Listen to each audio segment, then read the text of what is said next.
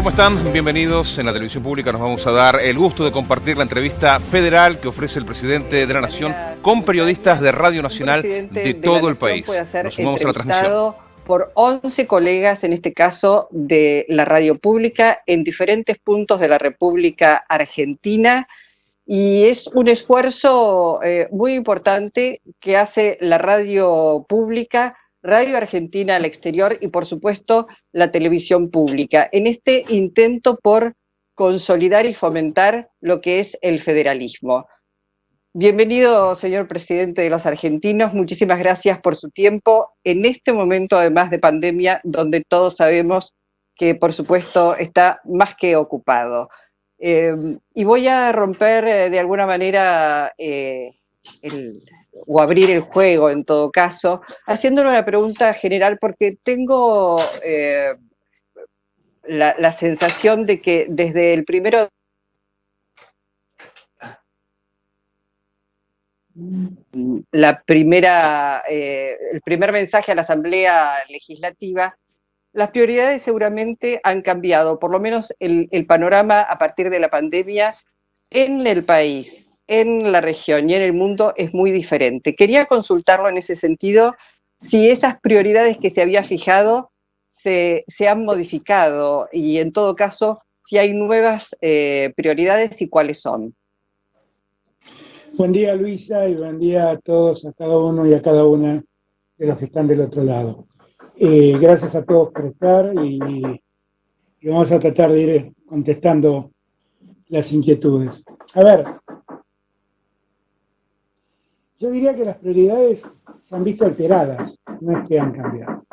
Cuando nosotros llegamos teníamos que resolver una serie de problemas. Uno de esos problemas era el problema de la deuda, otro de los grandes problemas era poner en marcha la economía, otro gran tema era ver de qué manera nosotros podíamos mejorar la calidad institucional de la Argentina, que estaba realmente afectada, y por eso yo hablé en aquel momento de la necesidad de meterse en los sótanos de la democracia para terminar con todas las impurezas que la democracia tenía. Yo diría que esas prioridades no se han visto alteradas. Lo que se ha visto alterada es la realidad. O sea, desde aquel momento hasta hoy apareció algo que fue la pandemia. Y la pandemia complicó absolutamente todo. Complicó la vida social de los argentinos, cambió las urgencias, porque nuestra urgencia ya empezó a ser cuidar la salud de cada argentino y de cada argentina. Complicó el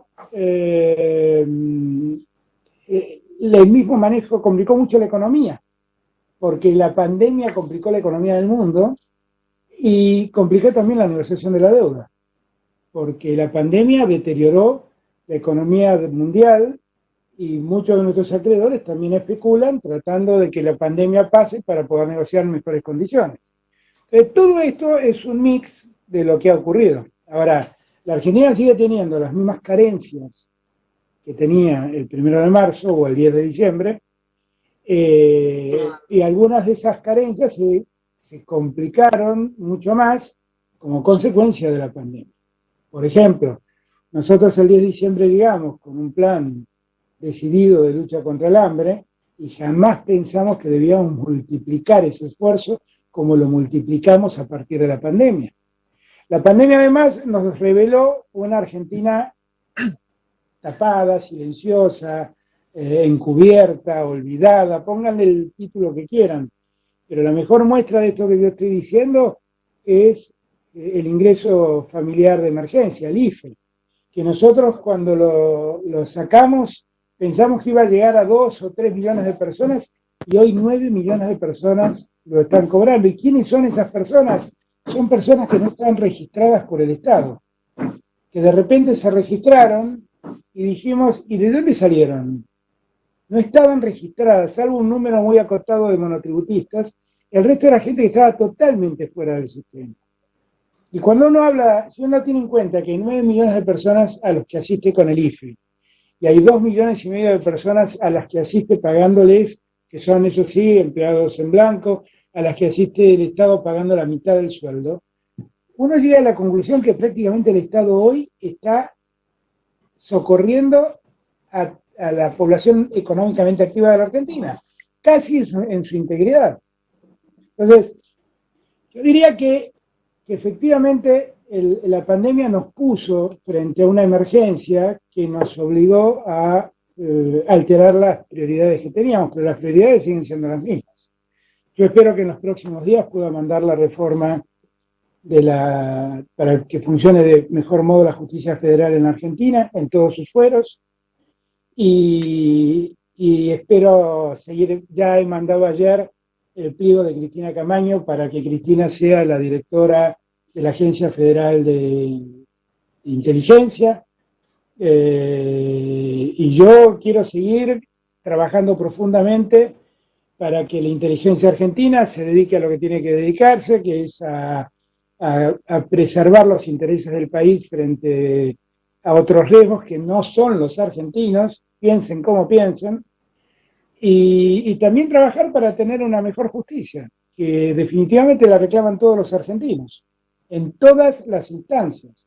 Así que esas prioridades siguen siendo las mismas. En el medio hay que seguir trabajando para mejorar las condiciones de igualdad,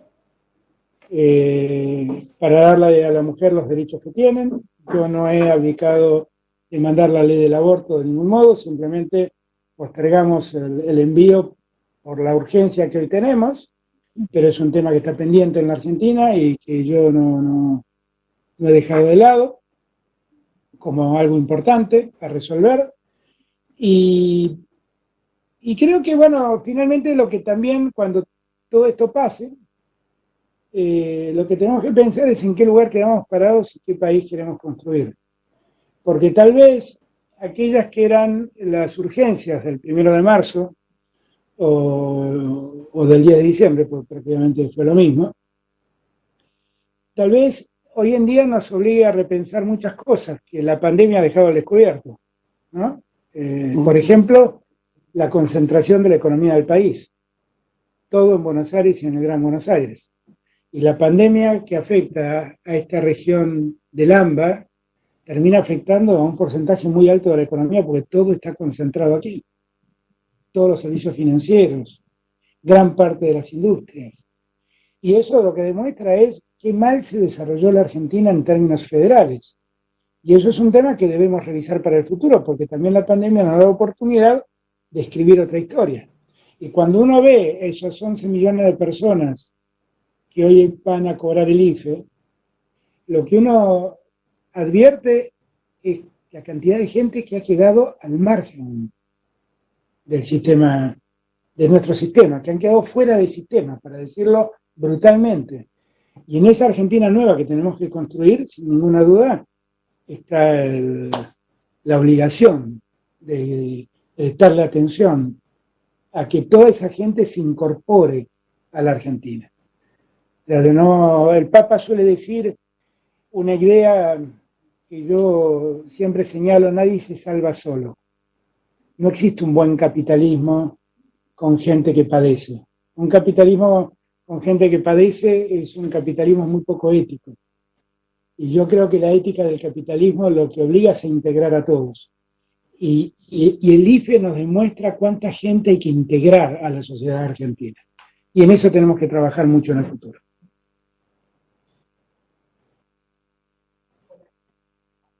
Muy bien, Oscar, desde la provincia de Salta, te estamos escuchando.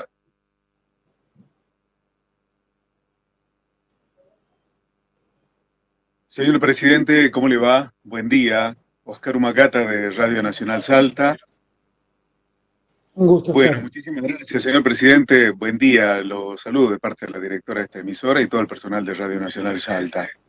La consulta tiene que ver con la difícil situación de frontera, teniendo en cuenta el colapso de salud en Bolivia, que Brasil toma medidas distintas, y así también obviamente Paraguay, Chile. ¿Cómo se va a trabajar en los límites de nuestro país en el acceso para no entorpecer las medidas que usted está tomando, señor presidente? Bueno, son dos como realidades muy distintas. Uruguay tiene el tema muy controlado, Paraguay también, Bolivia y Chile tienen alguna dificultad mayor, Brasil tiene un problema muy agudo. Yo el otro día estuve hablando con Sebastián Piñera y hablamos precisamente de ver cómo podíamos complementar esfuerzos allá donde los chilenos están más fuertes, qué nos pueden prestar, y allí donde los argentinos estamos más fuertes, qué podemos hacer por los hermanos chilenos. Me parece que fue una gran iniciativa del presidente Piñera ver de qué modo podemos combinar esfuerzos para enfrentar esta situación. Ahora, lo más importante es que los argentinos entendamos que los primeros que debemos hacernos dueños de resolver el problema somos los argentinos.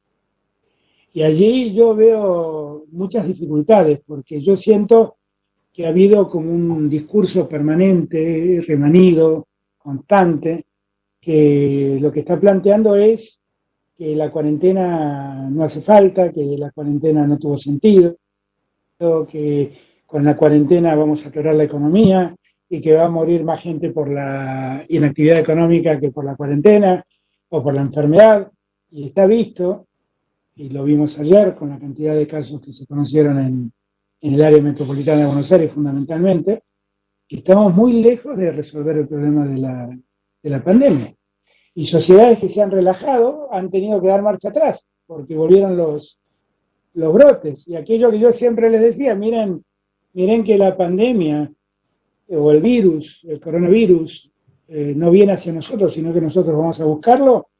Bueno, cuanto más apertura hay, más facilidad hay de que el virus circule y nos contagie. Entonces, digo todo esto porque me parece que la primera solución al problema está en nuestras manos, que es entender lo que entendimos al inicio, que hay una sola forma de preservarse frente a la pandemia.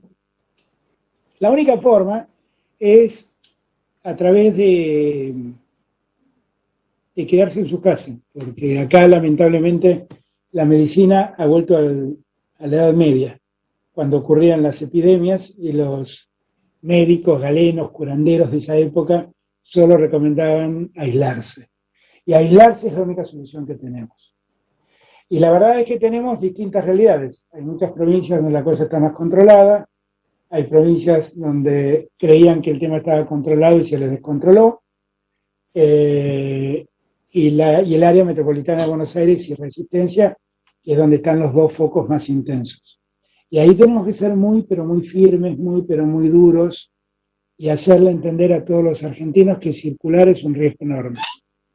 Y por eso, frente a la pregunta de lo que podemos hacer continentalmente con los países de la región, yo le digo, primero tratemos de ponernos de acuerdo a los argentinos sobre la necesidad de preservarnos, sobre la necesidad de resguardarnos quedándonos en casa. Para resolver los problemas de la economía vamos a tener tiempo después.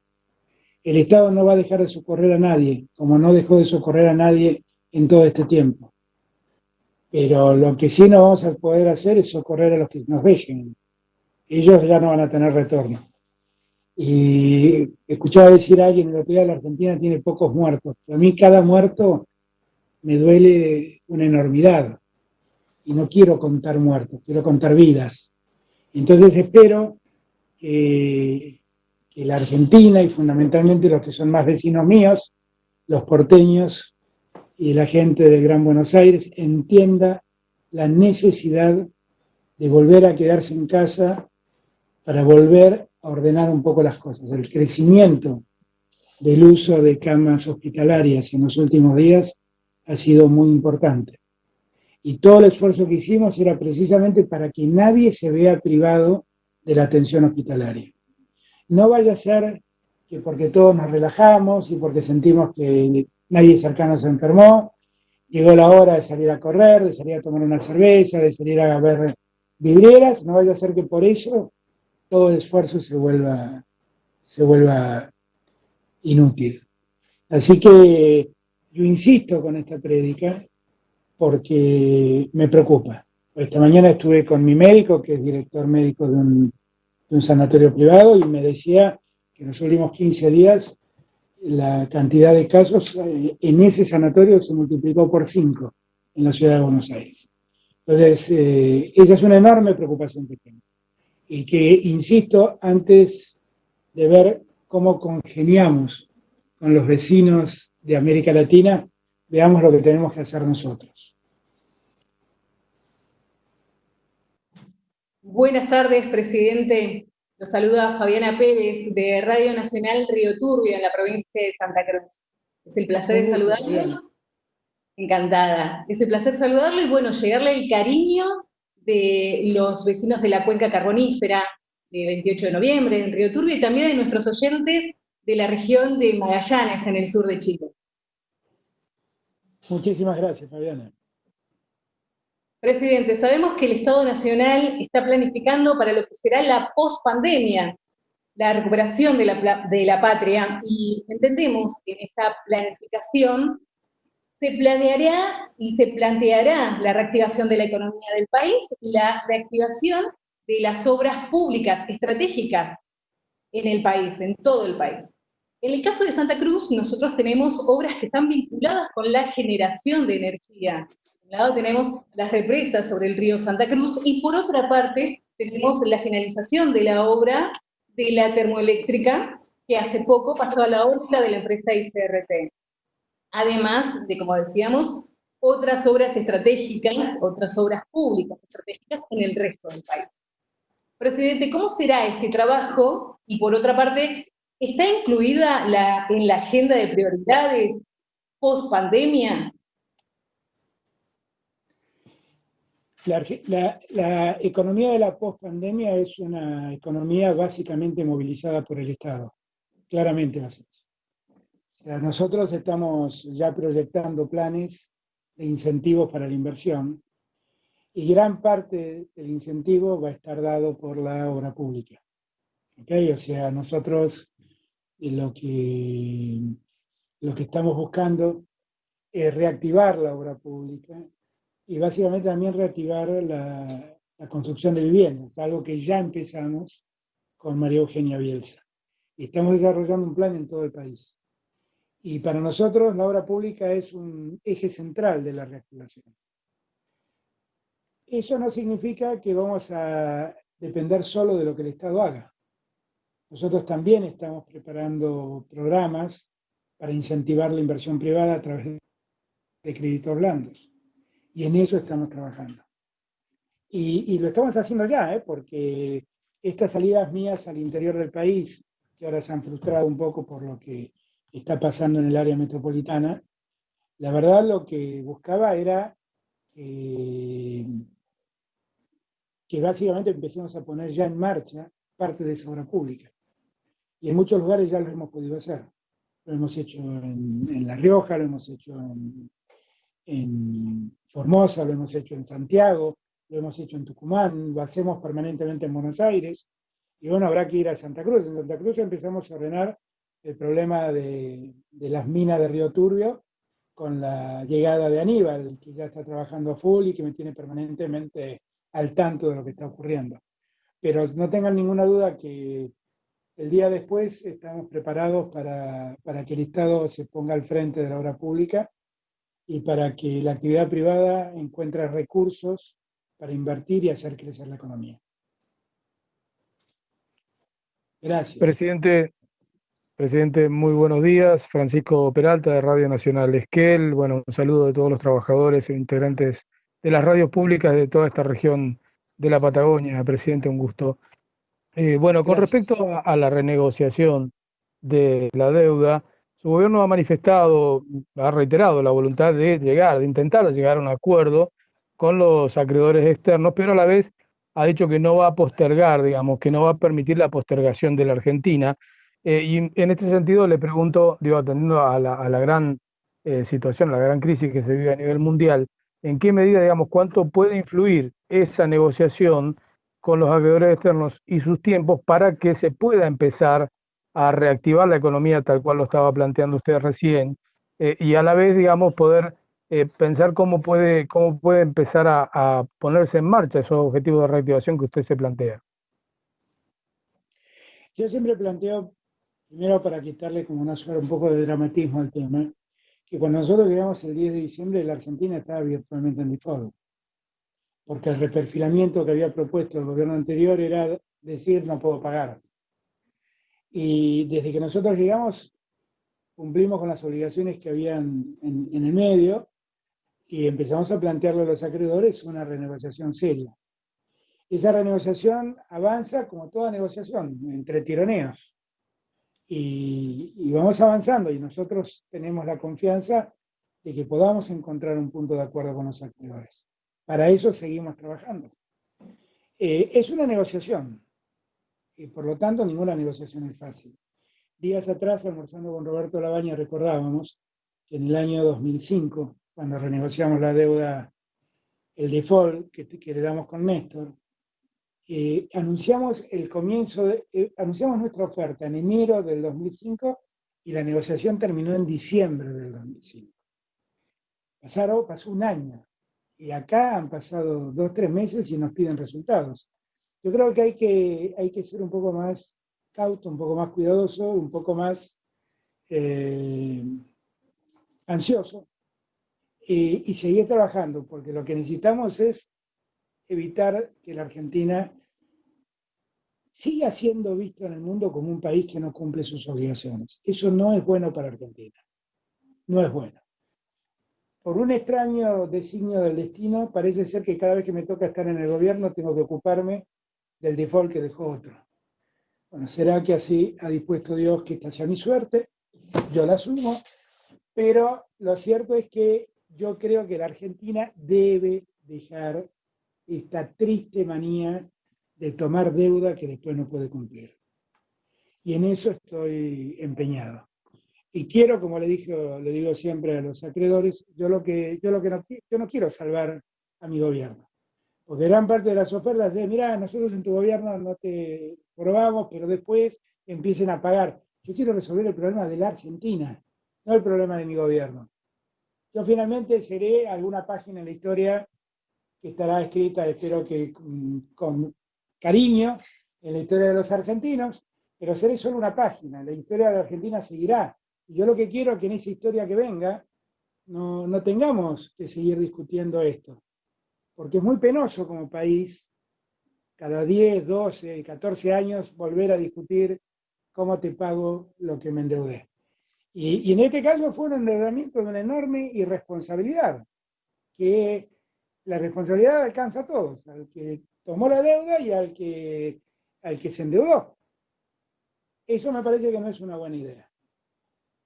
Así que yo espero que pronto eso lo podamos resolver. Ahora, si vos me preguntás, ¿cuánto va a cambiar? Mira, la verdad que la Argentina hoy no tiene crédito, no tiene acceso al crédito, nos tratan como si tuviéramos el default desde antes de que lleguemos nosotros. Eso le pasó a Macri. Acuérdense que a Macri ni siquiera el fondo le terminó de dar el crédito que le había prometido. No es un problema nuestro, es un problema que viene de aquel entonces, ¿no? Pero bueno, nos vamos a volver a levantar. Yo estoy seguro que vamos a poder encontrar un acuerdo y nos levantaremos nuevamente. Y espero que si alguna vez me toca volver al gobierno, sea sin default. A ver si cambia mi destino alguna vez. Señor presidente, buenos días. Marcelo Ayala de RAE, Radiodifusión Argentina al Exterior. Un gusto saludarlo. ¿Qué tal? Muy bien. Hago un poco de publicidad de nuestra radio, si lo permite, porque nuestra radio nació allá por 1949, se llamaba CIRA, fue inaugurada por nada más y nada menos que el presidente Perón y con discurso inaugural de la que era su esposa Eva Duarte. Así que ese CIRA después fue cerrado con el golpe del 55 y en el 58 toma el actual nombre de Radiodifusión Argentina al Exterior que llevamos adelante. Nosotros, bueno, tratamos las noticias argentinas y las llevamos a todo el mundo. Las llevamos en 8 idiomas, en el nuestro, en el castellano, en italiano, en francés, japonés, chino, alemán, inglés.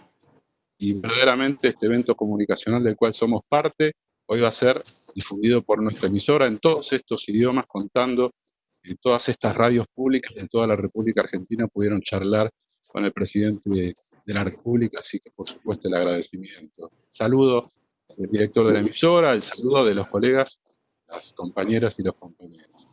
Y bueno, como diría Cerati, vamos a dar una vuelta por el universo, porque el nuestro es el mundo, y queremos preguntarle sobre la cuestión internacional. Usted, tanto en el curso del 10 de diciembre como en el de 1 de marzo, abrió un capítulo sobre las relaciones internacionales Yo quería, por un lado, preguntarle con la relación con Brasil y específicamente con el Mercosur. Y por otro lado, en esta situación excepcional de pandemia, las relaciones con las potencias, sean de América, de Europa, como de China y Rusia. Digamos, cómo es a partir de ahora la relación de la República Argentina en este contexto económico que usted explicaba y de pandemia con esta situación internacional. A ver, yo tengo la impresión que una de las cosas que también dejó la pandemia al descubierto es la ausencia de liderazgos mundiales. O sea, nadie se plantó frente a la crisis con un liderazgo claro detrás del cual se encamine el mundo. Nadie. Y lo que al contrario, lo que vimos es la profundización de un conflicto entre Estados Unidos y China, para sorpresa de muchos de nosotros, porque lo que sentíamos es que no era buen momento para ese tipo de conflictos. Desde siempre yo he creído, desde siempre yo he negado las lógicas del mundo bipolar, ¿no? Y si no creía en la bipolaridad, menos creo en las hegemonías. Y por lo tanto siempre he sido un defensor del multilateralismo. Y yo creo que es lo que la Argentina debe hacer. Vincularse con el mundo teniendo como eje central los intereses argentinos. ¿Eso qué quiere decir? Que tenemos que tener una relación cordial y de armonía con los Estados Unidos, con China, con Rusia, con Francia, con España y particularmente con los países de la región. El Mercosur sigue siendo para mí nuestra casa, nuestro destino común. Y por lo tanto, profundizar el desarrollo del Mercosur para mí es central. Me doy cuenta que no es un buen momento para hacerlo, porque muchos de los países, o algunos de los países del Mercosur, no está promoviendo lo mismo que yo. Y toman cierta distancia del Mercosur. Pero no es precisamente lo que yo creo que sea bueno para Argentina. Yo creo que la Argentina tiene que seguir haciendo el esfuerzo de lograr que América Latina sea un espacio integrado, más allá de los gobiernos que ocasionalmente están. El otro día lo hablaba con Sebastián Piñera también. Yo cuestionaba un poco la existencia del Prosur, porque me pareció una salida, un nucleamiento de países latinoamericanos solo para negar el UNASUR. Y el UNASUR había sido un gran avance, donde Piñera, con su pensamiento, pudo ser parte activo del UNASUR. Y por supuesto nosotros, como miembros del concierto de naciones latinoamericanas, lo que tenemos que respetar siempre es la decisión de cada pueblo, cuando vota y elige. Pero el destino común no debemos perderlo de vista. Yo sigo creyendo mucho en el Mercosur y sigo trabajando para que el Mercosur se integre, para que Latinoamérica se integre en un espacio común, para poder hacer frente al mundo de la pospandemia. Porque en verdad, cuando hablamos de relaciones internacionales, también tenemos que preguntarnos cómo va a ser el mundo de la pospandemia, porque hay demasiadas cosas para preguntarse. Hay que preguntarse si ese capitalismo financiero, que se derrumbó como un castillo de naipes, tiene sentido que siga siendo igual a lo que fue. Porque pareciera ser que ese mundo de ese capitalismo financiero lo que ha logrado es desarrollar una fuerte concentración de ingresos en unos pocos y una gran pobreza en multitudes. Y de repente apareció un virus imperceptible al ojo humano y derrumbó todo. Derrumbó consumidores, derrumbó trabajadores y se llevó puesto al capitalismo. Nosotros estamos muy atentos en ver las curvas de infección y las curvas de muertos y dejamos de ver las bolsas, porque si viéramos las bolsas son más catastróficas que lo que muestran la epidemia o la pandemia. Y uno debería preguntarse cómo tendría que ser el nuevo capitalismo. Porque yo creo que el capitalismo se ha deteriorado y se ha convertido en algo muy nocivo, como siempre digo, el día en que el gerente financiero de la empresa fue más importante que el gerente de producción. Ahí el capitalismo empezó a destruirse y olvidó su sentido ético. Yo siempre rescato el capitalismo, pongo el ejemplo, pero hay miles, el capitalismo que expresó la empresa Ford. Cuando Ford construye los primeros autos, hacen un producto para una élite americana. Y de repente se preguntan por qué los que trabajan en Ford no pueden tener un auto. Y el día que se preguntaron eso, empezaron la construcción de autos en serie, en masa, y empezaron a llegar a todo el pueblo americano. Y el auto dejó de ser un producto de élite, de consumo de élite, y empezó a convertirse en uso de la clase media y hoy también de sectores de clase media baja. Entonces, ese capitalismo que pensó en invertir para dar empleo, para producir y para vender a multitudes, a números importantes de consumidores, es un capitalismo muy, muy positivo, muy elogiable. El otro es el capitalismo que dice, no, mira, es mucho más fácil invertir en bonos que arriesgar en la producción. Ese capitalismo bajó la producción, bajó el empleo, hizo millonarios muy fácilmente a muchos e hizo pobres a una cantidad infinita de personas. Ese capitalismo, ¿tiene sentido reconstruirlo en el Concierto de las Naciones el día después? El día después, ¿vamos a seguir creyendo que la mano invisible del mercado todo lo resuelve? Vamos a seguir creyendo. Yo me pregunto si los italianos o los españoles van a seguir creyendo que el Estado no tiene que meterse en la salud pública y puede confiar en la inversión privada. Me lo pregunto. Y me pregunto si en ese mundo que vamos a querer vamos a seguir desatendiendo la cuestión medioambiental, porque lo que pasó es que en la última conferencia de París sobre medio ambiente, el debate era, no se puede dejar de usar hidrocarburos, porque si dejamos de usar hidrocarburos, el Producto Bruto Mundial puede caer hasta 4 puntos. Y vino el coronavirus y tiró el Producto Bruto Mundial a 10 puntos abajo. ¿Y qué pasó en ese tiempo? Pasó que cuando dejamos de enjaular animales y nos enjaulamos los seres humanos, el mundo se hizo más vivible. Y la atmósfera mejoró, y las aguas mejoraron, y empezaron a aparecer especies que estaban escondidas de nosotros. ¿No llegó la hora de que nosotros también revisemos los términos de producción para hacer más vivible el mundo? Creo que es una oportunidad que tenemos única.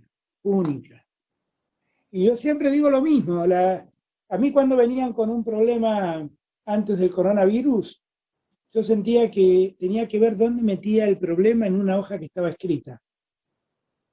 Pero después del coronavirus, la hoja quedó en blanco, porque todo se ha revuelto. Y como todo se ha revuelto y la hoja está en blanco, empecemos a escribirla de otro modo. Y ese yo creo que es el gran desafío de la comunidad internacional. Eso es lo que hablé la vez pasada con Macron y con Merkel.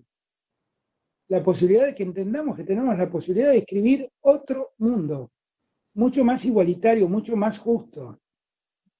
Porque el mundo se lleva vidas en el norte y en el sur, en el mundo central y en la periferia. No elige a los pobres esta vez. Y los que se quedaron sin atención médica, porque los sanatorios privados se vieron atiborrados de gente, fueron los países del mundo central. En Nueva York iban los camiones frigoríficos a cargar cadáveres. ¿Y de qué sirvió ese modelo? Sirvió de poco y nada. Entonces, yo creo que es una gran oportunidad para que el mundo repiense cómo construirse. Y el mundo de la desigualdad y del desequilibrio social no apareció en La Matanza, apareció en París con los chalecos amarillos. Entonces, yo creo que es hora de que pensemos seriamente qué tipo de mundo queremos y en qué mundo queremos vivir. Presidente, buenos días. Nicolás Fassi de LRA7, Radio Nacional Córdoba, celebrando esta oportunidad que nos brinda de escuchar a los que estamos de la General Paz para este lado. Y usted en la pregunta de la colega al principio hablaba de urgencias que se modificaron a raíz de estas furias inoportunas, podríamos llamar, a la pandemia, pero hay un tema muy caro a los sentimientos del argentino, que es el tema de Malvinas. Y usted lo nombró al tema en la apertura de las sesiones legislativas, y Malvinas es uno de los pocos puntos de coincidencia en cuanto a hitos históricos que tenemos los argentinos. Es una herida que no está cerrando bien, no ha cerrado bien y hay mucha deuda. En ese sentido quisiera consultarle, ¿cuál va a ser la relación con el Reino Unido de Gran Bretaña? Y también hablaba recién de ser más sustentable, cómo defender también la Pampa Azul, el mar argentino, dentro de la cual se encuentran las Malvinas. Nosotros acabamos de mandar un proyecto de ley que fija los nuevos límites de Argentina, aprobados por Naciones Unidas. Y allí la proyección del mar argentino avanza. Obviamente tenemos el conflicto con el Reino Unido por la usurpación de nuestras islas. Y esa sigue siendo una demanda constante de la Argentina, sobre lo que no vamos a ceder. Lamentablemente en los 4 años que me precedieron, hubo cierto retroceso, para ser generoso en la definición, del gobierno anterior, que no le puso el énfasis que el tema merece sobre la reivindicación de la soberanía argentina sobre esas tierras. Y eso facilitó el avance del Reino Unido en esas tierras y consecuentemente en el mar adyacente a las tierras. Pero nosotros lo que estamos trabajando es para convertir el problema de Malvinas en una cuestión de Estado y en trabajar claramente para seguir demandando el reconocimiento de la soberanía argentina sobre esas tierras. La verdad es que en este punto no le pido permiso al Reino Unido, porque a juicio de la Argentina, el Reino Unido está usurpando tierras argentinas. Y en eso nosotros no vamos a ceder, ni claudicar, ni tener buenos modales. Vamos a seguir exigiendo lo que a la Argentina le corresponde. Lo haremos pacíficamente, lo haremos en los organismos internacionales, pero no dejaremos de hacerlo nunca. Estamos creando a instancias de Daniel Filmus, que es el secretario de la Cancillería que tiene a cargo el tema Malvinas, un consejo permanente para seguir reclamando los derechos argentinos en Malvinas, y allí estarán representados todos, el Estado Nacional, la oposición y hasta los mismos excombatientes. Y lo que queremos es convertir a Malvinas en una cuestión de Estado, y hasta que no recuperemos ese territorio, no dejar de reclamar. Porque lo que hemos visto en estos 4 años es que la ausencia de esa política de Estado lo que favoreció es el retroceso del que estoy hablando. Gracias, Nicolás. Señor presidente, desde Radio Nacional San Juan, Claudia Cabrera, enviarle desde aquí también el saludo de las sanjuaninas y los sanjuaninos. Y usted en parte de las declaraciones se refirió a esta necesidad de agilizar la justicia federal y también introducir este rol ágil que lo pide la sociedad. También habló acerca del envío que hizo al Senado solicitando ya la oficialización de la dirección de Cristina Camaño al frente de la AFI. Y estos dos temas se unen en un tema que ha entrado en agenda que tiene que ver con el espionaje ilegal que ha comenzado a investigar a través de causas en la Justicia Federal de Lomas de Zamora, y también lo está trabajando la Comisión Bicameral de Control de Seguimiento de Inteligencia. Quien se ha expresado durante estos días ha sido el propio presidente de esta comisión, Leopoldo Moró, y ha posicionado al expresidente de la Nación, Mauricio Macri, como el vértice de esta red extorsiva. Así lo ha manifestado en sus declaraciones. ¿Usted qué grado de responsabilidad cree que tiene el expresidente de la Nación? No, yo no puedo hablar de eso porque no conozco exactamente las investigaciones. Leo, escucho, pero un mínimo de prudencia debo tener y debo dejar que ahí actúe la justicia y la comisión investigadora del Congreso. Lo que sí digo es que a mí me da mucha vergüenza vivir en un país donde ocurran esas cosas. Eso sí lo digo. A mí me da mucha vergüenza. Yo no sé, será que me crié en una familia liderada por un juez y para nosotros el respeto a la ley y el derecho era muy importante, pero yo no me cabe en la cabeza que el Estado nos esté espiando. No cabe en mi cabeza que el Estado espíe lo que hace un opositor, un periodista, un empresario. Es algo que lo único que hace es irritarme cuando me entero que eso ocurre. Me irrita profundamente, porque eso está es absolutamente antagónico con la idea de un Estado de Derecho. Absolutamente antagónico. Tantas veces nos acusan a nosotros de prácticas que en verdad no hacemos, que tienen que ver con regímenes totalitarios. Y esto de entrometerse en usar los servicios del Estado, los servicios de inteligencia del Estado, para conocer la intimidad de los ciudadanos, eso lo leí en Orwell y cuando escribió 1984 y hablaba de ese Estado totalitario que se metía en la vida de los ciudadanos, y lo vi en las expresiones más totalitarias de regímenes comunistas. Pero no cabe en mi cabeza que el Estado haga semejante cosa. No cabe.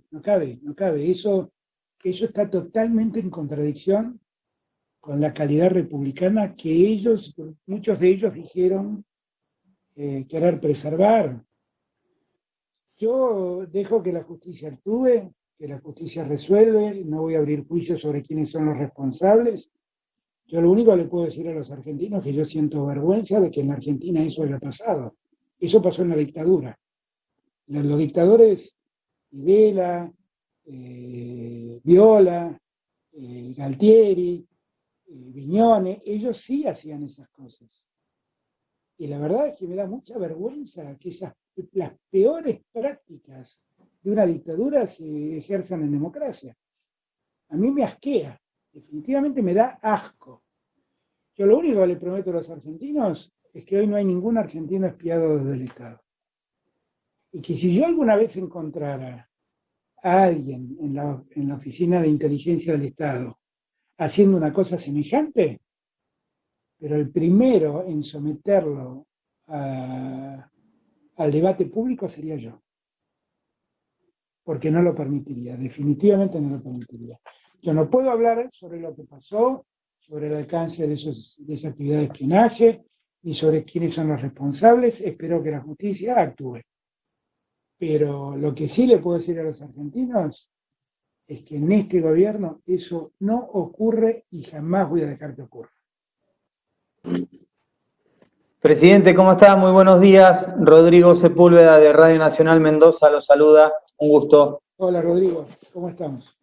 Muy bien. Presidente, hace unos días estuvo en la provincia de La Pampa y allí dijo que no podíamos financiar una obra que está cuestionada por 4 provincias en referencia a la obra de Portezuelo del Viento.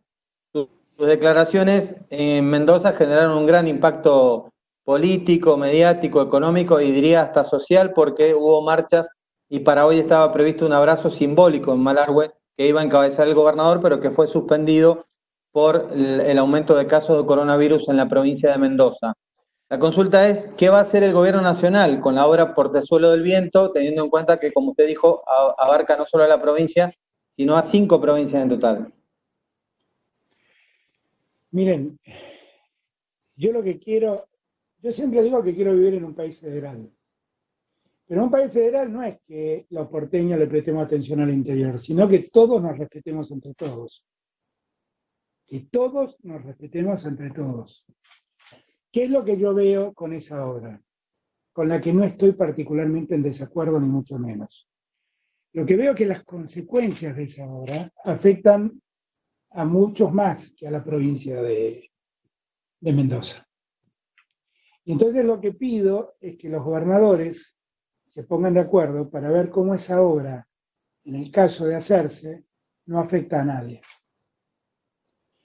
Y estas cosas se pueden hacer, porque se podría hacer sobre la construcción de Portezuelo del Viento una administración conjunta de las provincias que se vean afectadas.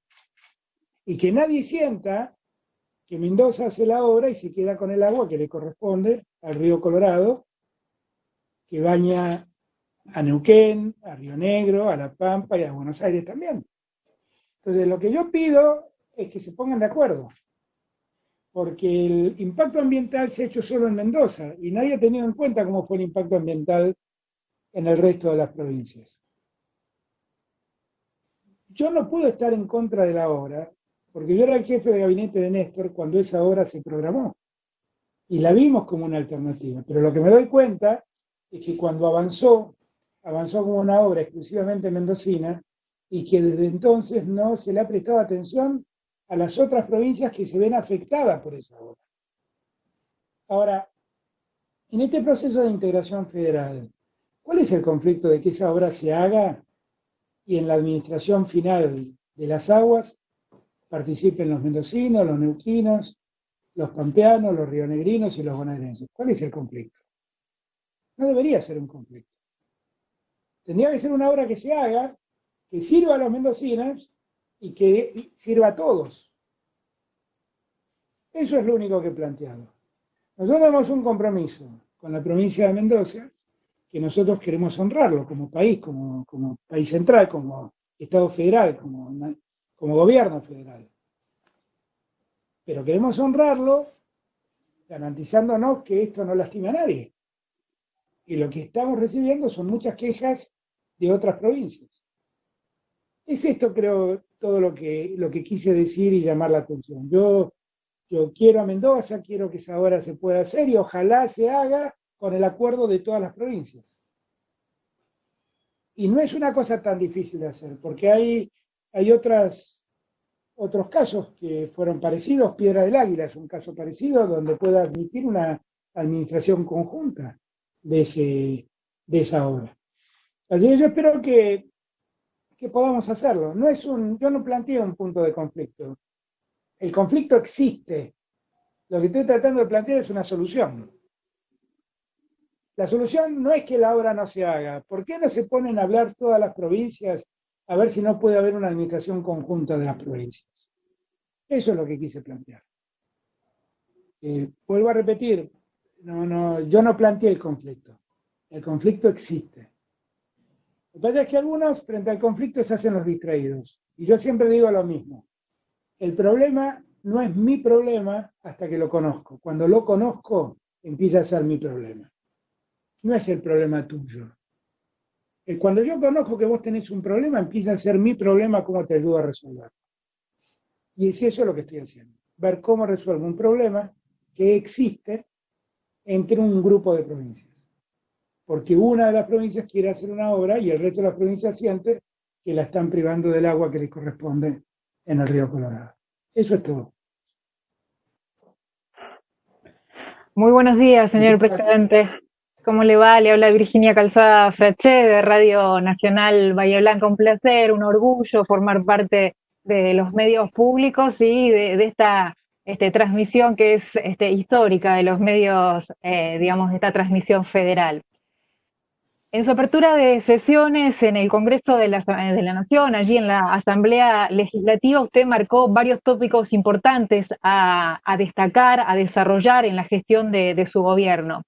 Y allí hubo uno que también marcó un hecho, iba a marcar un hecho histórico, que tuvo que ver con hablar sobre la cuestión de la despenalización del aborto, y dijo que iba a mandar una ley para que el Congreso debatiera la misma. Sabemos que en este marco de pandemia todo ha quedado modificado, todo ha quedado tocado por esto. Usted, cuando iniciamos esta charla, hacía mención a eso y a que no había abdicado de eso, sino que había como un gran paréntesis. Mi pregunta es, bueno, ¿cómo está ese borrador de ese proyecto y cuál es el esquema que tienen planeado post pandemia en este sentido? No, el proyecto está absolutamente terminado. No lo hemos mandado porque creo que tenemos que, yo sé que cuando yo mande ese proyecto va a generarse un debate en la sociedad y está muy bien que así sea.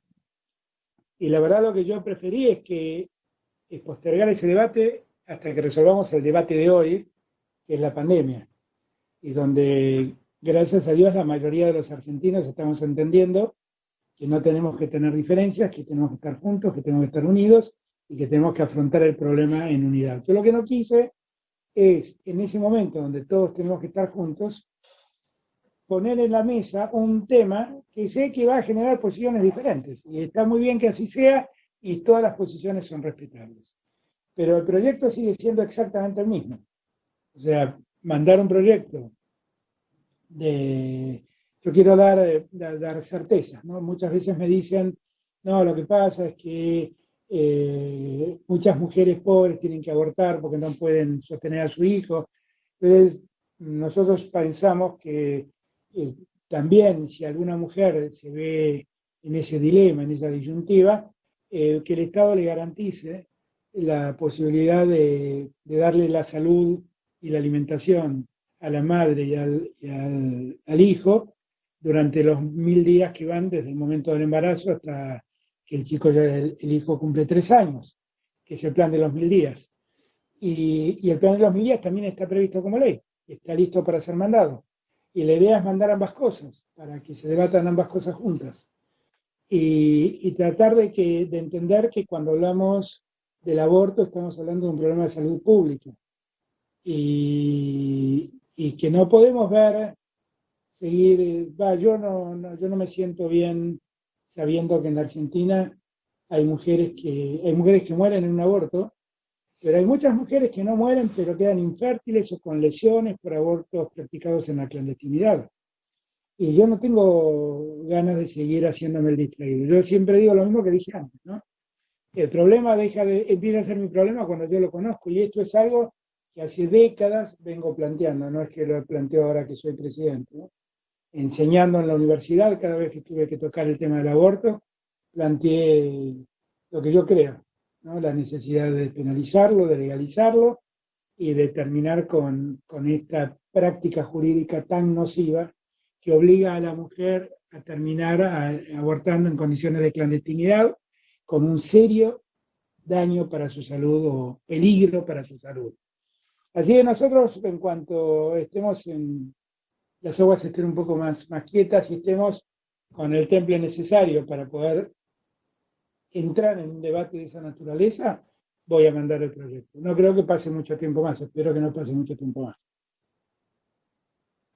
Virginia de Michelis lo saluda, ahora otra Virginia de Michelis desde ET14 Nacional Paraná. Un gusto, presidente. Muchas gracias por esta oportunidad, tanto a usted como a las autoridades de Radio Nacional. Para nosotros es muy importante. Quiero mandar un saludo cordial a usted y a todos los argentinos que nos sintonizan a través de la televisión pública y de las distintas emisoras en nombre de todos los entrerrianos. Quiero contarle que mi pregunta apunta hacia los jóvenes. Yo cuando tenía 17 o 18 años soñaba con ser periodista y acá estoy entrevistándolo a usted.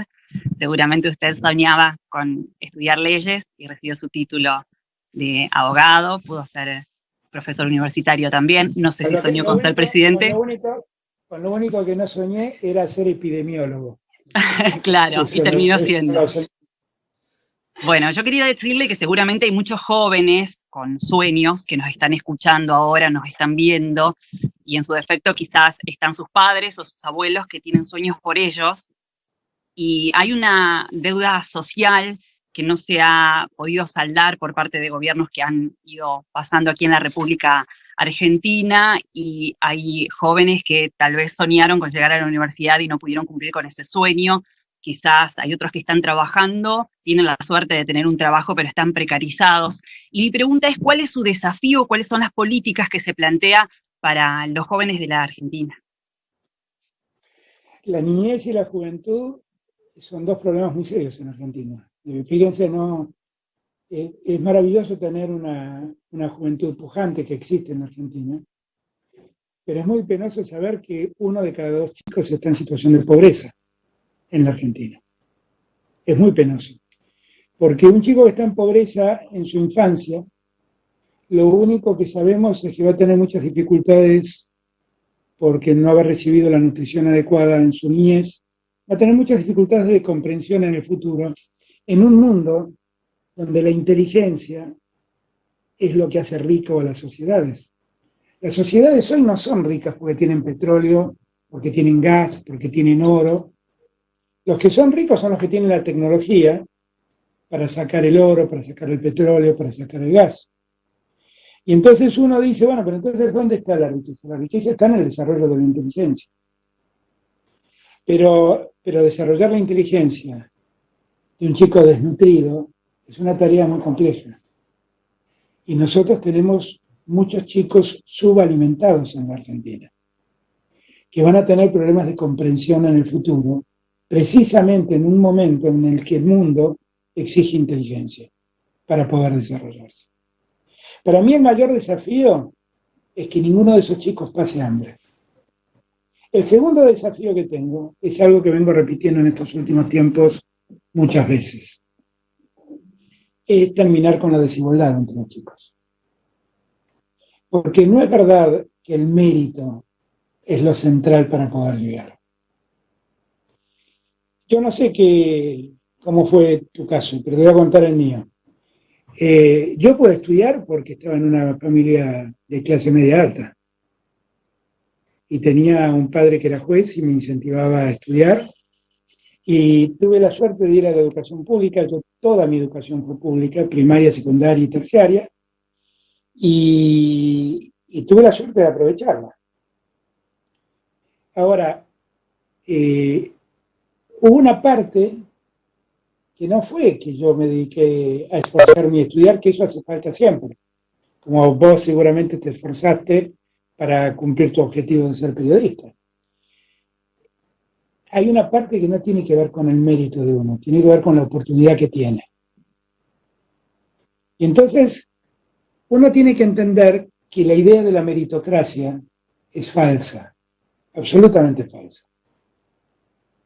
Porque el más tonto de los ricos tiene muchas más posibilidades que el más brillante de los pobres. Entonces no es un problema de mérito, es un problema de oportunidad. Y lo que creo que es en esta nueva sociedad que tenemos que crear, debe ser uno de nuestros objetivos, es aumentar la cantidad de oportunidades. Es darle más oportunidades a todos. Que eso es tanto como decir igualar. Está claro que no todos podremos ser doctores, porque está claro que algunos tienen más capacidades que otros para hacerlo. Pero lo que es verdad también es que si nos dan la oportunidad, todos tenemos la posibilidad de ser más, de ser mejores, de ser un poco mejor de lo que somos. Y yo creo que ese es el desafío que tenemos con la juventud, darles más oportunidades para el desarrollo. Si le damos más oportunidades para el desarrollo, no tengan ninguna duda, vamos a tener una juventud mucho más pujante. Y darle más oportunidades para el desarrollo en los tiempos que vivimos es educar mejor a nuestros jóvenes. Educarlos mejor es facilitarles el acceso al conocimiento. Eso significa que eso es una tarea que debemos hacer. Nunca se preguntaron por qué Finlandia. Yo admiro mucho los países nórdicos. ¿Por qué Finlandia? ¿Por qué Noruega? ¿Por qué Suecia han logrado el desarrollo que lograron? Si Finlandia durante muchos meses al año tiene 6 horas de luz al día, ¿cómo puede ser que haya... Cuando uno mira los índices de felicidad, que para mí es el índice más valioso, ¿no? Preguntarle a sus ciudadanos si se sienten felices o no del lugar donde viven. Los índices más altos de satisfacción y de felicidad los tiene un país como Finlandia. Cuando uno pregunta ¿cuál es el país menos corrupto? Aparece Finlandia. ¿Por qué pasó eso? Si Finlandia es un país donde la gente pasa mucho frío y donde vive de noche muchos meses al año. ¿Saben por qué? Porque han desarrollado la inteligencia de su pueblo. Y han desarrollado la tecnología. ¿Y por qué Noruega hoy es el segundo productor de gas europeo? Porque Noruega detectó que tenía en su mar gas, pero no lo explotó hasta que desarrolló su tecnología para explotarlo. Y entonces se hizo dueño del conocimiento para sacar el gas. Y hoy Noruega está en vaca muerta trabajando. Y es una empresa del Estado, ¿eh? Entonces, cuando uno ve esas cosas, para mí esos son los modelos que hay que seguir. Yo sé que somos latinos y no nos parecemos en nada a los finlandeses y a los noruegos. Pero lo que sí sé también es que podemos aprender de ellos mucho, mucho, mucho, y que tenemos que aprender de esas lógicas mucho para poder ser una mejor sociedad. Cuando a mí me dicen, ¿qué país tenés como referencia? Todos esperan que uno conteste, yo quiero ser como Francia, quiero ser como Alemania, quiero ser como Estados Unidos, quiero ser como Cuba, quiero ser como Venezuela, quiero ser como Rusia, quiero ser como China, yo quiero ser como Finlandia, quiero ser como Noruega. Son países donde además el Estado está muy presente, y donde la responsabilidad ciudadana para con el Estado es muy alta. Ese es el desafío que yo tengo que proponerle a los jóvenes, que quieran construir un país como esos. Porque es posible que lo hagamos, ¿eh? No es imposible. Está en nosotros. Muy bien, señor presidente, nos vamos acercando al final de esta entrevista. El turno es de Sonia Tesa, de LRA5, Radio Nacional Rosario, que estamos advirtiendo que está con un problemita de conectividad. Sonia, ¿nos estás escuchando? Luisa, ¿quedás al mando? Sí, cómo no. Bueno, una pena, pero que no esté Sonia con nosotros, pensando en Rosario, señor presidente, sobre todo porque mañana es el Día de la Bandera y seguramente, ya lo ha avisado usted, que no va a poder estar presente, seguramente lo hará de manera virtual para todos, no solamente los rosarinos, sino también obviamente los santafesinos, ¿no es cierto? Antes de que... Creo que volvió sí. Sonia, no sé si Sonia. ¿Volvió? ¿Está Sonia? Pues la estoy viendo ahí, Bueno, medio entonces, entrecortada, pero... ¿estamos escuchando, Sonia? No. No, hay una dificultad, parecería. Perdón, sí. Luisa, perdón, Luisa. Presidente, también... Se entrecorta, lamentablemente se entrecorta. Así es, Luisa. Bueno, Sonia Tesa de LRA5, Radio Nacional Rosario. Buen día. ¿Está escuchando, presidente? Yo a Luisa la bueno. escucho, a Sonia la escucho entrecortada y la veo medio congelada en la imagen. Bueno, seguimos. Bueno, primero, obviamente, pedirle un saludo para Santa Fe también y para los rosarinos particularmente, porque decíamos mañana es el Día de la Bandera, no va a estar presente, presidente, así que bueno, tomo de alguna manera la posta de Santa Fe y Rosario y le pedimos ese saludo que seguramente va a ser mañana mucho más extensivo. Sí, bueno, a ver, estamos en el año del general Belgrano, ¿no? Este año se cumplen 200 años del nacimiento de don Manuel Belgrano y 150 años de su muerte. Y Belgrano fue una figura inmensa, ¿no? Inmensa que tiene la Argentina. Un hombre de una preparación cultural excepcional y de un coraje pocas veces visto, ¿no?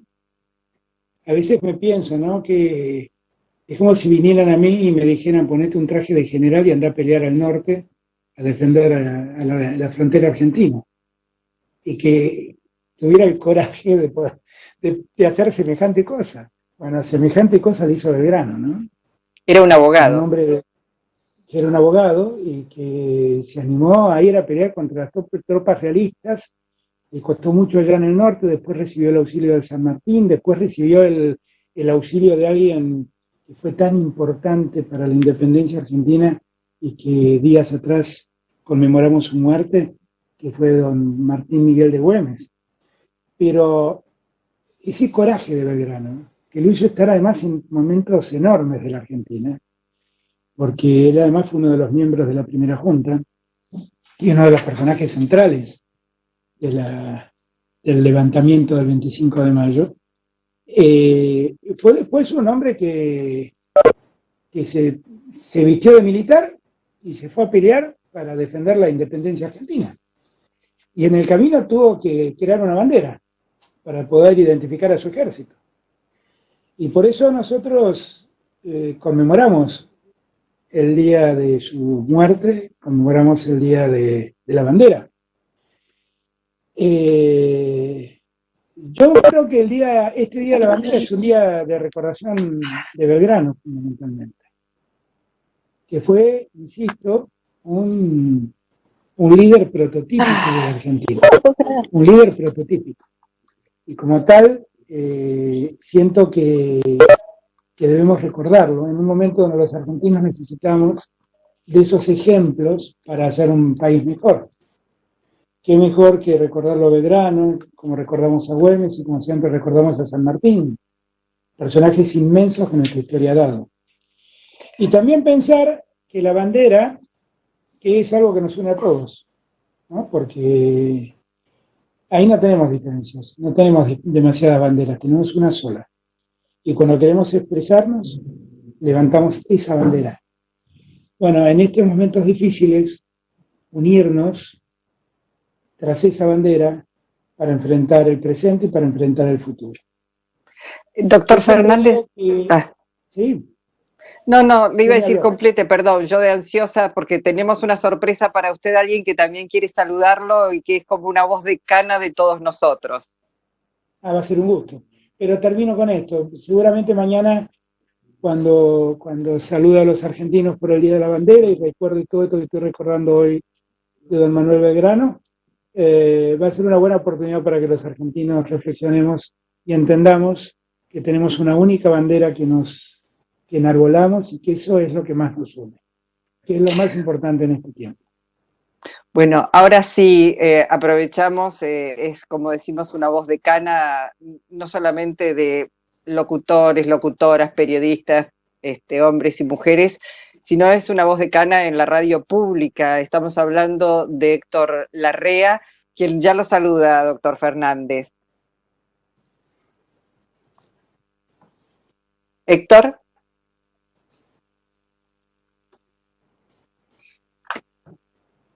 Bueno, parece que tenemos sobre la parte final algún problema de conectividad con Héctor Larrea, que estuvo siguiendo toda esta charla. ¿Estás, Héctor?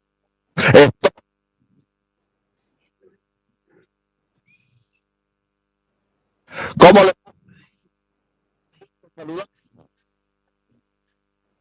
¿Lo escucha, presidente?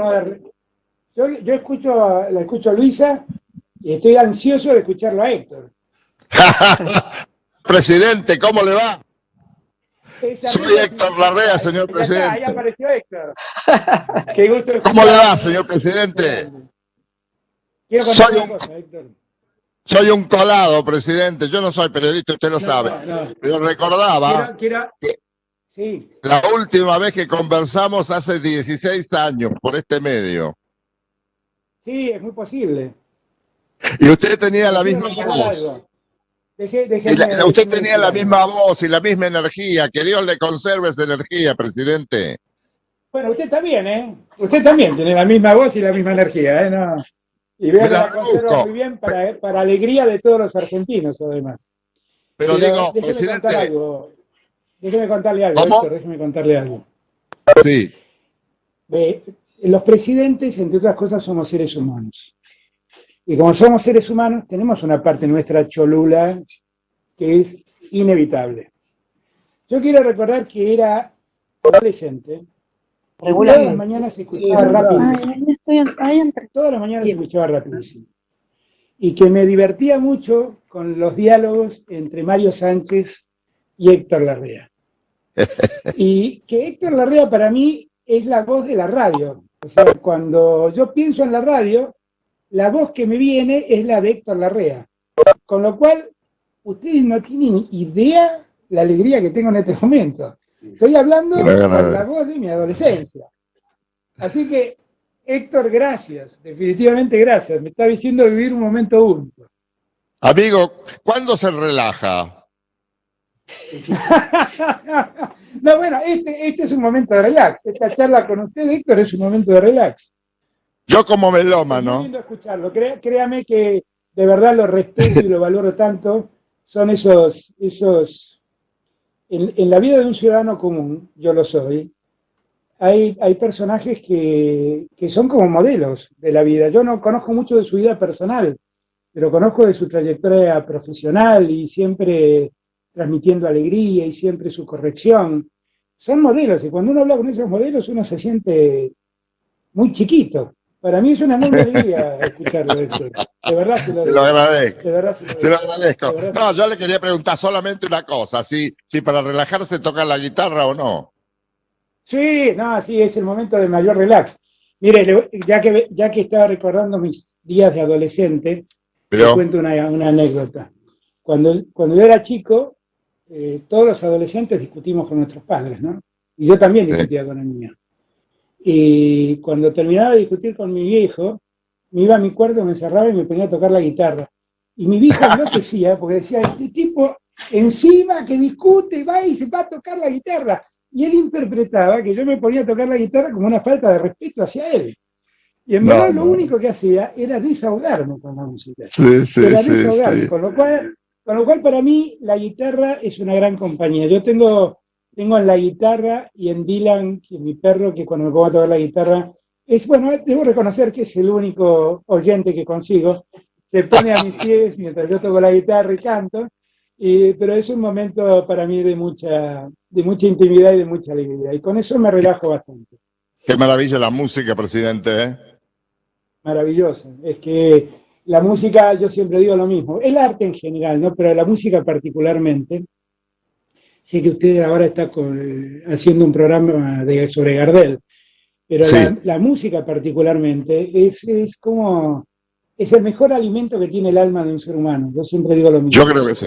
¿Sabe que me han regalado una bandeja para escuchar vinilos? Sí. Con lo cual estoy recuperando todos mis discos viejos. Estoy disfrutando una enormidad y mientras trabajo están sonando Bob Dylan, los Beatles, Lito. El otro día Pedro Aznar me regaló el disco de La grasa de las capitales de Serú Girán en vinilo. Estoy disfrutando tanto. La música es tan importante en la vida de uno. Veo. Tan importante. ¿Vio? Qué regalo de la vida es la música. Sí, además yo no sé si a usted le pasa, pero nos debe pasar a todos. Yo siento que la vida finalmente es como una película, ¿no? Y va pasando y hay como diferentes escenas que cada uno de nosotros recuerda en la vida propia, en la vida de cada uno. Pero yo siento que muchas veces recuerdo escenas de mi vida musicalizadas por alguien, porque tenía que ver con en ese momento escuchaba mucho tal cosa, ¿no? Y bueno, y me pasa eso. Me pasa, yo por ejemplo, si ustedes me preguntan, para mí, en mi niñez, cuando tenía 12 años, por ahí, esa época yo la siento musicalizada por un tema de Lito Nevia que se llama Sueña y corre, que era de Los Gatos. Y claro, ¿por qué? Y te dice, ¿pero por qué? Porque fue el primer disco simple que me compré. De un lado tenía Sueña y corre y del otro lado tenía Hombre de ningún lugar. Bueno, lo escuché el disco. ¿Iba a la fiesta de estudiantes? ¿Iba a la fiesta de estudiantes? Sí, claro. No, y era un loco de la música. Era un loco. ¿Y bailaba? Yo en esa época tenía 12, 13 años, empecé a tocar guitarra, pero iba a todos los recitales. Recital del Flaco Spinetta iba, recital de Nevia iba, Morris, bueno, qué sé yo, la verdad es que para mí la música fue todo. Después con el correr del tiempo fui descubriendo otra música, porque también es cierto esto, a ver usted que es un experto en tangos me va a entender, Héctor, pero me parece que además que a medida que uno va creciendo, uno va como captando otras músicas que de joven no advertía. Sí. Y entonces, de repente empecé a captar el tango y me empecé a encontrar con tangos maravillosos de Mansi, de Discépolo. Discépolo fue el primer cantor de protesta que tuvo en la Argentina. Sin duda. Fue un poeta extraordinario. Me fui encontrando con zambas. Por ejemplo, mi viejo cuando era chico tenía un amigo que a veces venía a casa y a mí me impresionaba mucho porque era un hombre muy grandote, de mandíbula saliente y que además en su trato no era un tipo muy simpático. Y ¿sabe quién era? El Cuchi Leguizamón. No me diga. Claro, porque el Cuchi era salteño y mi viejo era riojano. Y entonces ¿Y era amigo del Cuchi, su papá? Sí. Claro, pero yo cuando lo veía al Cuchi medio que me asustaba, porque era un tipo grandote, medio hosco. En casa nunca tocó, porque en casa el único que tocaba la guitarra era yo, y nunca lo escuché tocar música. Pero venía y hablaba mucho con mi viejo de política, de temas de abogacía, porque eran los dos abogados. Y después cuando crecí y escuché La Pomeña, por ejemplo, dije, este era el amigo de mi viejo, yo no lo puedo creer. Sí. Gran talento. Y descubrí otras zambas. Digo, cuando el dúo salteño empezó a grabar, qué sé yo, no sé, una zamba como la zamba del Laurel. Es una música impresionante. Impresionante. Y a mí me parece que además cuando uno va creciendo, es como que va entendiendo otras músicas. ¿Nunca anduvo por el jazz? El jazz me encanta. ¿Nunca anduvo por el jazz? Sí, claro que sí. Sí, pero no hay ningún rockero que no haya andado por el jazz. Que no haya andado por el jazz. ¿Y por el blues? Y por el blues, claro. El jazz y por el blues. Es la madre, son los padres del rock, esta es la verdad. Claro, pero claro. El jazz es tan lindo. Ahora, el otro día no sé a quién la recomendaba. No hace mucho tiempo atrás descubrí una cantante, creo que es canadiense, que se llama Melody Gardot. Sí, la recomiendo escucharla, que es una cantante de jazz increíble. Buenísima. No deja nada para criticar cuando usted la escucha. ¿Cómo? Que no deja nada para criticar esa mujer cuando usted la escucha. No, es muy impresionante. Buena. Muy buena. Una versión, tiene una versión de Over the Rainbow. Está tocada por ella y un cello, solamente un cello y ella. Búsquelo en YouTube. Es impresionante. Es la mejor versión que escuché de ese tema, que tuvo mil. Además vio qué linda las voces del cello. El cello tan parecido al ser humano. Impresionante. Jefe, no lo entretengo más. Espero que no pasen 16 años antes de hablar de nuevo. Sigamos hablando de música, que es mucho más lindo que todo lo que me proponen hablar sus colegas. Sigamos hablando de música. Digo, le recomiendo a Miles Davis. Un genio, no, bueno, pero... Le recomiendo a Miles Davis. Yo estoy ya casi completando toda la discografía de Miles Davis. Es una cosa impresionante también. A usted le va a gustar Miles Davis. No, pero soy un loco, tengo un montón de discos de él. No, claro, pero eso ya es un clásico, Cuando yo hablo de Melody Gardot, te estoy hablando de una novedad. Pero no, yo sé. Es un clásico, no, por favor. No, eso ¿Tiene el Kino Blue? ¿Tiene el disco Kino Blue? Lo tiene, sí. El que grabó con el quinteto. Sí, claro. Con Bill Evans. Con Bill Evans tocando es un músico maravilloso. Es uno de los músicos preferidos de Nevia, además. Usted sabe que soy muy neviero, ¿no? No sé si se lo han contado, pero soy un... es un genio su amigo, ¿eh? No, es un genio, claro, yo siempre digo lo mismo. Lito es un capo. Y lo que ha hecho con ese sello de discos, ha hecho cosas que nadie había hecho y que lo ha dejado para la cultura nacional. Absolutamente, absolutamente. No, Lito es un personaje aparte. Es mi amigo, quiero aclarar, pero haciendo abstracción de lo que lo quiero como amigo, Lito es un modelo de conducta. Hay un tema de Nevia que se llama Yo no permito. Y la letra dice: yo no permito que me impidan seguir. Yo los invito a que me vean seguir. Y si lo digo es porque estoy convencido que para lograr algo hay que insistir. Y yo leo ese verso y siempre digo a Lito, esto sos vos. Porque además Lito hizo, no solamente es el padre del rock en España, lo que digan con ella, en España me encontré con un libro de rock, historia del rock. Y allí daban cuenta de que Lito Nevia y Los Gatos fueron el primer grupo del mundo que hizo rock en español. Y él, con lo cual es un hijo del rock, no cabe duda, pero fue el primero que se animó a fusionar al rock con otras músicas. Y entonces un día cantó el bohemio y lo puso a Domingo Cura tocando el bombo.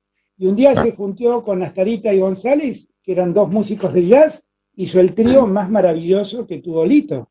Y un día se puso a fusionar con el bossa nova, el rock, y hay muchos temas que hizo con los músicos del centro que tienen toda esa onda bossa novesca.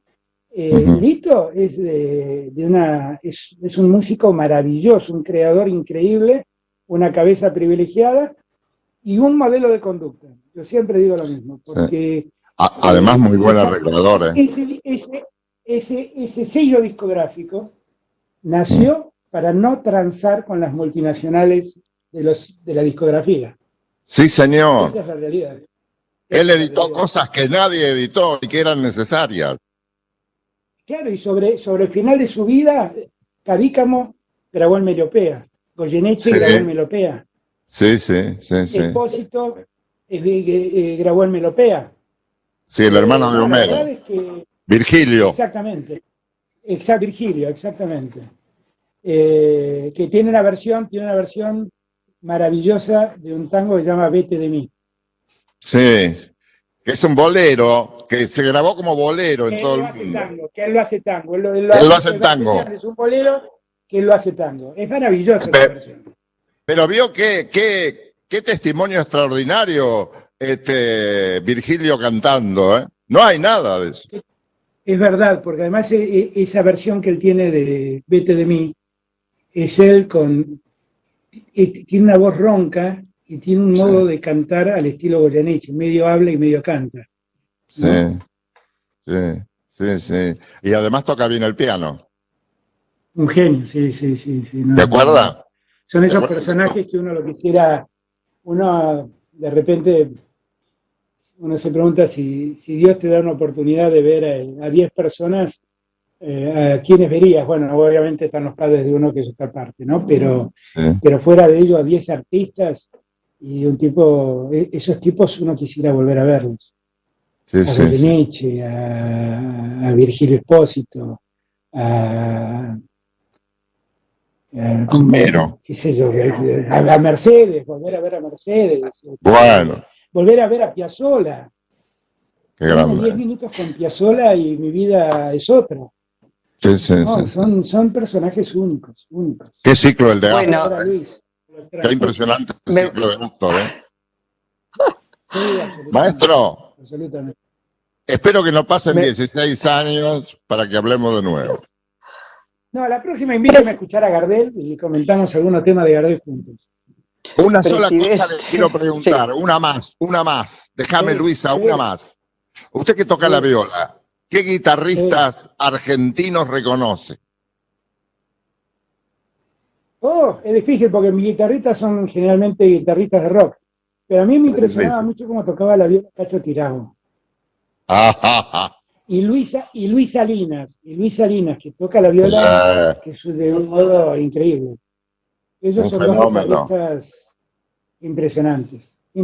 Cacho Tirao estuvo ¿Cómo se llamaba también el guitarrista que tenía en el quinteto Piazzolla? Sí. Era el marido. ¿Cómo se llamaba? El que cantaba jazz. López Ruiz, Oscar López Ruiz. López Ruiz. Que era el marido Oscar López Ruiz y Horacio Malvicino. Exactamente, López Ruiz. ¿Se acuerda de Malvicino, no? Sí, otro genio. Pero ese era mucho más que guitarrista, ese era un arreglador increíble. Un arreglador extraordinario. Grababan mucho. Nosotros le decíamos que él hacía los arreglos mirando para atrás. Escribía para adelante y miraba para atrás. De la facilidad que tenía. Presidente, él decía una cosa, Malvicino era sesionista, ¿no? Grababan, en ese tiempo, hablo de los años 60, se grababa mucho, ahora no se graba casi nada, porque tampoco hay estudios de sellos y eso. Los artistas se producen a sí mismos y está bien. Bueno, en ese momento ganaba muy bien un sesionista. Y yo le preguntaba le decía a Malvicino, che, ¿qué es la música? Y dice, la música es el arte de combinar los horarios. Porque grababan de la noche a la mañana. Señor presidente, no lo molesto más. No, no fue una molestia, la verdad fue un recreo maravilloso para mi espíritu. Una alegría. Un día hablamos de Gardel. Bueno, un abrazo. Bueno, ahora... Presidente, disculpe, Sonia Tesa de Rosario, de Radio Nacional Rosario. Soy rosarina como Lito Nevia y soy insistidora. Como Lito Nevia, rosarina, insistidora y mujer. Y imagínense que queremos hacerle esta pregunta. En Rosario teníamos expectativas, sabemos que por la pandemia no va a poder estar en la ciudad de forma presente, lo va a hacer de forma virtual, pero queríamos preguntarle el legado de Belgrano, cómo, bueno, usted habló hoy de en qué lugar quedamos parados después de la pandemia y qué país queremos construir. En esto Belgrano es para esta ciudad una figura muy importante. El legado de Belgrano en sus decisiones y especialmente en dos, en un paso hacia la soberanía alimentaria, como usted definió a la decisión sobre la empresa Vicentín, y también en ser el primer presidente que habló de temas de cuidados en su discurso de Asunción el 1 de marzo, y que realmente la crisis de cuidados se ha quedado bastante de manifiesto durante la pandemia. ¿A qué llamamos crisis de cuidado? A toda esta sobrecarga que tenemos generalmente las mujeres. Usted habló en su discurso de Asunción. Sí, no, entendía. Bueno, a mí me parece que tenemos que, entre los desafíos que tenemos en el mundo que se viene, está el desafío también de la alimentación. El mundo le presta mucha atención a los alimentos, porque hay una crisis muy grande de hambre en el mundo, y por lo tanto, ser capaces de garantizar la alimentación a los propios no es una cosa menor. Y a la Argentina le pasa algo raro, ¿no? Dice producir alimentos para 400 millones de habitantes, pero hay 15 millones de argentinos que no comen bien. Y creo que eso es algo que nosotros debemos resolver. No tiene que ver centralmente con el tema Vicentín, porque la gente o algunos asocian una frase con la otra y piensan que con Vicentín garantiza la soberanía alimentaria. La soberanía alimentaria exige muchas cosas más que una empresa que produce cereales. Ahora, lo que creo sí es que nosotros tenemos que trabajar mucho para que toda la actividad agrícola y ganadera y cerealera, que en alguna medida tiene que ver con la alimentación, porque, por ejemplo, la soja no está en la alimentación de los argentinos centralmente, pero el trigo, el maíz, la avena, todas esas cosas sí. Las carnes, nosotros tenemos que empezar a producir granos para alimentar animales y no exportar granos para que otros alimenten animales, y tenemos que tener una mejor producción de carnes. Lo que yo decía era que nosotros lo que debemos hacer es seguir trabajando para el desarrollo de la producción alimentaria en Argentina, y que la producción alimentaria sea algo más importante que la producción primaria. La soja exportada tiene un precio, la soja que alimenta a un cerdo, que finalmente se faena y se exporta, tiene otro precio. Entonces, cuando uno habla de soberanía alimentaria, habla de garantizar alimentos para todos los argentinos y garantizar que ese mercado de producción de alimentos funcione correctamente. Hablando de los cuidados, creo que a esto se refería, nosotros ahora estamos sacando un plan, que es un plan que se llama Potenciar Trabajo, que une todos los planes sociales que existen y se los rearma. Y la diferencia que tiene con algo que hizo el gobierno anterior es que estos planes tienen que tener contraprestación. Y una de las contraprestaciones que se proponen es el pago del cuidado. Las mujeres tienen enormes trabajos de cuidado que nunca han sido pagos. Esta es la realidad. Y que deben ser pagos. Los cuidados de la familia, los cuidados de los adultos, los cuidados de los niños. Son todas tareas que culturalmente se ha creído siempre que son tareas propias de la mujer, y no sé por qué no fueron de los hombres, porque también pudieron ser de los hombres. Y eso siempre estuvo impago. Y nosotros creemos que las tareas de cuidado deben ser remuneradas como cualquier otra tarea que se hace. Y hacia ese camino vamos. En este plan que se llama Potenciar Trabajo, el trabajo de cuidado tiene un rol central. Por lo tanto, las mujeres o los hombres que se dediquen a cuidar a otras personas en la niñez o en la madurez de otra persona, nosotros creemos que ese trabajo debe ser pago. Y por eso así lo estamos promoviendo. Bueno, gracias, presidente, ahora sí aprovecho y en nombre de todos los colegas que participamos aquí en esta entrevista, que como decimos es histórica, es única, simultáneamente los 11 y las 11 pudimos preguntarle, no somos nosotros, en última instancia usted le está respondiendo a las preguntas que seguramente tenían para formularle muchos argentinos y argentinas a lo largo de todo el país y de toda la República, y es importante que esto se pueda lograr por los medios públicos, por la radio pública y la televisión pública. En ese sentido, como trabajadores de la comunicación vamos a destacar el gran esfuerzo de, en este caso, Rosario Lufrano, por supuesto Alejandro Polnesica, quienes están al frente de los medios públicos que lo hacen posible, de todo el equipo técnico que ha participado. Hemos estado trabajando desde ayer para poder lograr que saliera de la mejor manera posible. Ojalá esto se pueda repetir. Nos quedan muchos temas pendientes seguramente por hablar, como los medios y la libertad de información, la libertad de prensa, temas que todavía están, me parece, en debate en la República Argentina, y ojalá pueda hacerse tiempo. Le agradecemos porque este tiempo está destinado no a nosotros, insisto, como comunicadores, sino a todos los argentinos que han seguido, tengo la sensación por los mensajes que he ido recibiendo, muchísimos, con muchísima atención.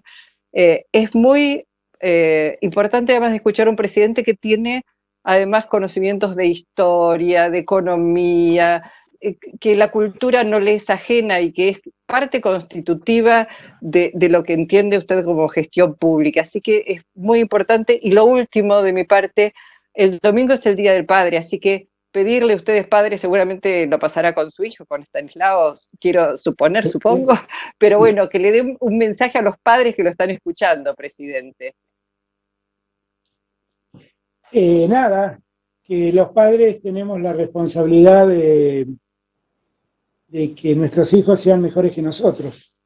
Así que tratemos de hacer todo lo necesario para que ellos puedan crecer en una mejor sociedad, en un mejor clima, en un mejor ambiente, en un ambiente de más libertad y de más igualdad.